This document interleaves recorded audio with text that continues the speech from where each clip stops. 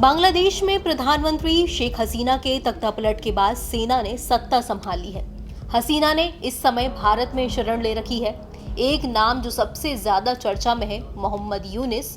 माना जा रहा है कि वो बांग्लादेश की नई अंतरिम सरकार के प्रधानमंत्री हो सकते हैं। वहीं शेख हसीना भारत में कुछ समय रुकने के बाद लंदन जा सकती है। हालांकि हसीना की इस बर्बादी के पीछे छात्रों का सिर्फ आरक्षण विरोधी प्रदर्शन ही नहीं है, बल्कि हसीना की देश की दो सबसे बड़ी महत्वपूर्ण हस्तियों के साथ की गई नाइंसाफी भी जिम्मेदार है, जिसकी वहां के आम लोगों में अच्छी खासी प्रतिष्ठा थी। ये हैं नोबेल पुरस्कार विजेता और मशहूर अर्थशास्त्री मोहम्मद यूनुस और बांग्लादेश के पूर्व चीफ जस्टिस सुरेंद्र कुमार सिन्हा। इन दोनों को वहां की जनता अपने सिर आंखों पर बिठाती रही।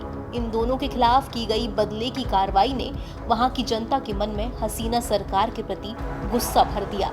इस गुस्से को बस एक चिंगारी मिलनी थी, जो आरक्षण विरोधी आग के तौर पर मिल गई और हसीना की सत्ता खाक में मिल गई। माना जा रहा है कि यूसुफ को केयर टेकर पीएम बनाया जा सकता है। आइए समझते हैं हसीना की बर्बादी की ये कहानी।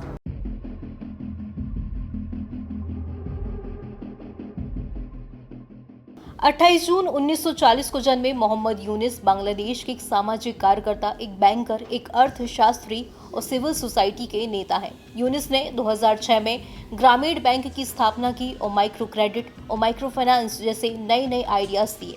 इस बात के लिए उन्हें 2006 में नोबेल पीस प्राइज से नवाजा गया। 2009 में उन्हें United states presidential medal of freedom से सम्मानित किया गया। 2010 में उन्हें कांग्रेशनल गोल्ड मेडल दिया गया। इसके साथ ही उन्हें कई और भी अवार्ड्स मिल चुके हैं।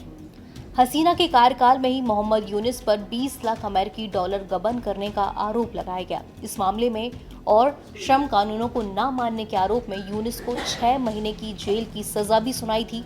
हालांकि यूनिस अपने ऊपर लगे तमाम आरोपों को सिरे से नकारते रहे। वो जमानत पर जेल से बाहर भी आई।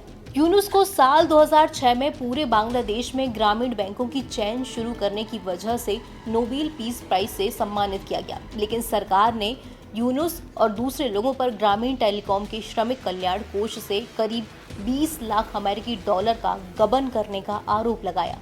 बताया गया कि ग्रामीण टेलीकॉम के पास बांग्लादेश के सबसे बड़े मोबाइल फोन ऑपरेटर ग्रामीण फोन में 34% की हिस्सेदारी है। मोहम्मद यूनुस पर हसीना सरकार ने 200 से ज्यादा मामले दर्ज करवाए, जिनमें भ्रष्टाचार के बड़े आरोप शामिल हैं। इन मामलों में दोषी पाए जाने पर उन्हें सालों तक जेल की सलाखों के पीछे रहना पड़ सकता है। इसे लेकर भी जनता के बीच काफी नाराजगी थी। यूनुस को श्रम कानूनों के उल्लंघन के आरोप में 6 महीने की जेल की सजा सुनाई गई, लेकिन उन्हें जमानत दे दी गई थी। दूसरी तरफ यूनुस के काम से खुश होकर देश में उनके समर्थक बढ़ते जा रहे थे। उन्हें इंटरनेशनल मीडिया और दूसरे समूहों का बड़ा समर्थन हासिल है। उन्हें खुद आवामी लीग की शेख हसीना अपना कंपेटिटर यानी कि प्रतिद्वंदी मानने लगी थी। ऐसे में जनता को यूनुस जैसे अर्थशास्त्री को दोषी ठहराने के लिए कानूनों का सहारा लेना पड़ा। मुकदमों में उलझाने के पीछे नेता हसीना के मंसूबों की पहचान जनता को हो चुकी थी। आम जनता के बीच हसीना की छवि दिनों दिन बिगड़ती जा रही थी। मानवाधिकार संगठन एमनेस्टी इंटरनेशनल ने भी यूनुस की सजा पर कहा था कि यूनुस को दोषी ठहराया जाना बांग्लादेश में मानवाधिकारों पर मंडरा रहे संकट का प्रतीक है, जहां अधिकारियों ने स्वतंत्रता को खत्म कर दिया और आलोचकों को अधीनता के लिए मजबूर कर दिया। यूनुस के लिए लड़ने वाले वकीलों ने ग्रामीण टेलीकॉम मामले को बेबुनियाद और झूठा ठहराया। उन्होंने कहा कि इसका उद्देश्य पूरी दुनिया के सामने उन्हें परेशान करना और अपमानित करना था। अमेरिकी वकील और अधिकार कार्यकर्ता कैरी कैनेडी ने इसे अपने आलोचकों के खिलाफ बांग्लादेश सरकार के प्रतिशोध का एक और उदाहरण बताया था। इसी तरह यूनुस के खिलाफ श्रम कानूनों के उल्लंघन का भी केस कराया गया। बांग्लादेशी अखबार द डेली स्टार के एक रिपोर्ट में अदालत के दस्तावेजों का हवाला देते हुए बताया कि एक श्रम निरीक्षक ने सितंबर 2021 में कंपनी ग्रामीण टेलीकॉम की बजाय मोहम्मद यूनुस और अधिकारियों के खिलाफ मामला दर्ज कर लिया। उस वक्त द डेली स्टार ने यूनुस के हवाले से कहा, मुझे उस अपराध के लिए दंडित किया गया जो मैंने नहीं किया। यदि आप इसे न्याय कहना चाहते हैं तो आप कह सकते हैं। मोहम्मद यूनुस ताकत बनकर उभरे तो उनके चरित्र पर दाग लगाने की कोशिश की गई।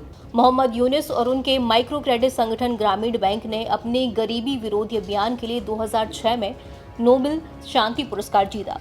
उन्हें देश में एक शक्तिशाली ताकत माना जाता है। हालांकि कुछ लोग कहते हैं कि यूनुस पर मुकदमा चलाना और सजा सुनाना पूरी तरह से कानूनी प्रक्रिया थी और कानून ने अपना काम किया। बांग्लादेश पर नजर रखने वाले इसे नोबेल पुरस्कार विजेता के खिलाफ निंदा अभियान के तौर पर देखते हैं। यूनुस के चरित्र हनन की लगातार कोशिश की गई और उन्हें दुर्व्यवहार झेलना पड़ा। ये एक तरह से राजनीतिक उत्पीड़न का मामला था। अब दूसरा मामला देखते हैं बांग्लादेश के पूर्व चीफ जस्टिस सुरेंद्र कुमार सिन्हा का। माना जाता है कि बांग्लादेश में शासन की न्यायपालिका पर कड़ी पकड़ है। बांग्लादेश के पूर्व मुख्य न्यायाधीश एस.के. सिन्हा को कुछ सरकार विरोधी फैसलों के लिए देश से बाहर कर दिया गया। 2021 में बांग्लादेश की एक अदालत ने अल्पसंख्यक हिंदू समुदाय से आने वाले देश के पहले मुख्य न्यायाधीश सुरेंद्र कुमार सिन्हा को भ्रष्टाचार के 2 मामलों में 11 साल की जेल की सजा सुनाई। अमेरिका में रहने वाले सिन्हा पर मनी लॉन्ड्रिंग के लिए 7 साल और आपराधिक विश्वासघात के लिए 4 साल की सजा सुनाई गई थी। तीसरा कारण हसीना सरकार का समय जब 2009 से 2024 के बीच था, तब ऐसी घटनाएं देखी गईं जिस वजह से भी हसीना के खिलाफ लोगों में गुस्सा उबल रहा था। राणा प्लाजा और तजरीन फैशन जैसी घटनाओं में बड़े पैमाने पर हुई मौतों ने इंटरनेशनल मीडिया का ध्यान खींचा। इनमें से एक 2013 में राणा प्लाजा इमारत ढहने से जुड़ा था, जिसमें 1000 से ज्यादा लोगों की मौत हुई थी। उस वक्त भी हसीना सरकार पर लापरवाही के आरोप लगे थे कि उन्होंने इमारत के मालिकों के खिलाफ नरमी बरती। मामला 2012 का, जिसमें तजरीन फैशन अग्निकांड में 117 लोग मारे गए। इनके मालिकों पर बहुत कम मामले चल रहे हैं। हसीना के खिलाफ सालों से पनप रहे इस असंतोष में चुनावों की भी भूमिका रही। शेख हसीना 2009 से सामरिक तौर से महत्वपूर्ण इस देश की बागडोर संभाल रही थी। उन्हें जनवरी में हुए 12वें आम चुनाव में लगातार चौथी बार और कुल 5वीं बार प्रधानमंत्री चुना गया। लेकिन इस दौरान पूर्व प्रधानमंत्री खालिदा जिया की मुख्य विपक्षी पार्टी बांग्लादेश नेशनलिस्ट पार्टी और उसके सहयोगी ने चुनाव का बहिष्कार किया। बांग्लादेश में आरक्षण विरोधी हिंसा में अब तक 300 से ज्यादा लोग मारे जा चुके हैं। विरोध प्रदर्शन शुरू में बांग्लादेश के स्वतंत्रता सेनानियों के परिवारों के लिए सरकारी नौकरियों में रिजर्वेशन को लेकर शुरू हुआ था। प्रदर्शनकारियों ने कहा कि ये शेख हसीना की आवामी लीग के सदस्यों के पक्ष में है और इसकी जगह योग्यता आधारित प्रणाली की मांग की। जैसे कि सरकार ने कार्रवाई की, ये मामला बढ़ गया और प्रदर्शनकारियों ने प्रधानमंत्री के इस्तीफे की मांग करनी शुरू कर दी। ये प्रदर्शन बांग्लादेश मुक्ति संग्राम के सेनानियों को मिल रहे 30% आरक्षण के खिलाफ हो रहा है। हमारी इस खबर में इतना ही। ऐसी तमाम खबरों को देखने के लिए बने रहिए नवभारत टाइम्स के साथ। नमस्कार।